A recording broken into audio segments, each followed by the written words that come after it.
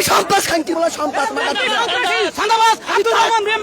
আমি তারেক রহমান এটা বিএনপি থানা যুবদলের সাধারণ সম্পাদক আব্দুর রহমান বহিষ্কৃত নেতা করে দিয়ে এরপরে বিএনপি দাবো দিয়ে কাজ করতেছে। বিএনপির পূর্ব হাইকমান্ডের কাছে আবেদন করতেছি, তারেক রহমানের কাছে আবেদন করতেছি এই সন্ত্রাসী সাদাবাজরে বার করে দেওয়ার জন্য। এই তেজগাঁ এলাকা থেকে দেশের জন্য ব্যবসায়ী সাধারণ ব্যবসায়ীরা তাদের কাছে সাদা চাইতে 20,000 50,000 1 লক্ষ টাকা তাদেরকে ওই সাদাবাজ থেকে ব্যবসায়ীদেরকে মুক্ত করার জন্য আপনাদেরকে সবাইকে আহ্বান করছি। কাউরান বাজারে চাঁদা তোলার সময় যুবদল নেতাকে ধাওয়া দিল ব্যবসায়ীরা। আলহামদুলিল্লাহ, প্রতিবাদ হোক প্রতিটা জায়গায়, প্রতিটি চাঁদাবাজের বিরুদ্ধে।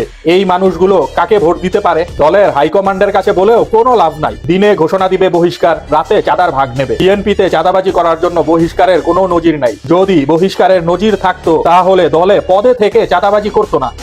মানুষ এখনো বোঝে না বিএনপি আওয়ামী লীগের চেয়েও বেশি খারাপ।